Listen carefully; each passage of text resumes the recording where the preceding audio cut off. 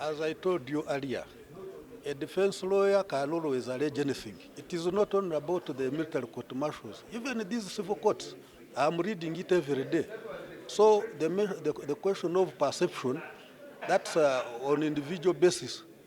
But we are going to make sure whatever we do, we are guided by the law. There is nothing else.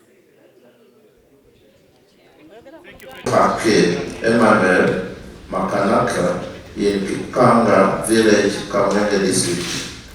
His formal education: Brigadier Kachungwa attended and completed the following: Masters of Law at Makerere University. He also has a diploma in legal practice at LDC. He also completed a Bachelor's of Laws from Makerere University. His current appointment and what brings him here for the ceremony: he is the head of General Court Martial. Other appointments held by Brigadier General Richard he is the judge advocate. He was the judge advocate of the General Court Martial and director of legal service. Lieutenant Colonel Muhammad Nasser Drago, solemnly affirm in the name of Allah that I will well and fully exercise the judicial functions entrusted to me and will do right to all manner of people in accordance with the Constitution of the Republic of Uganda as by the law established and in accordance with the laws and uses. We are going to stick to the judicial oath that we have taken today, and we are yet to sit and we see the nature of cases that we have. But we are also, more importantly, going to comply with the Supreme Court ruling. We need to start with the new cases, which were, if they were committed before the court was constituted. When should we expect the court to start? It is going to start as soon as possible. After here, I'm going to sit with all the legal team. We assess, we see what are the nature of the cases, and of course there is need for transition, handing over of offices. Then thereafter we should be able to start. You, Chair, as the new head of the court, what should we expect from you personally? Of justice? I can assure you that, as you have heard from the citation, I have the competency.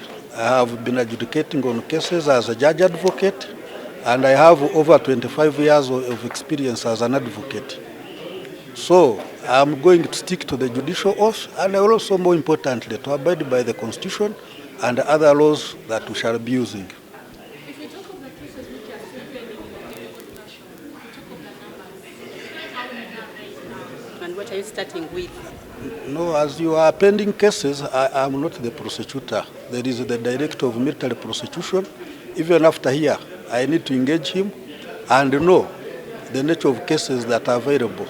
So that one you can get it after we have finished our in-house meeting and when we are starting business. There's been the bias the people of Uganda have towards the court martial. What is new that you are bringing on the table? What I'm bringing new, as our Chief of Joint Staff said, this is the first of its kind to happen that military courts are being manned by professionals. You can see I am qualified to be a High Court judge with two other law advocates. We constitute the court martial. The court martial is not going to sit as it used to be. We are going to be using panels. I have colonels who are of equivalent qualifications as myself. Each of those colonels with two other advocates are competent to constitute a court martial and chair a court. So I'm sure you don't expect my faces every time the court martial is sitting. You will either see one of those colonels with the three other advocates constituting the court martial. And we are going to make sure that the principal judge has been very clear, the Attorney General and everyone else, and even us as lawyers. We are going to make sure that observe the law, do whatever, avoid issue of bias. You cannot apply the law. So expect all the best. And those who have been undermining the courts, that chairpersons or courts, they are the military, but those things are always there. You reform here, they create other excuses here. So we shall see as we go along. Lastly, there is a process of appeal. You can appeal a decision of a general court martial to Court of Appeal and to Supreme Court. And that is the best. So that whenever you think you are not satisfied at one level, you can exhaust up to the last court in this country.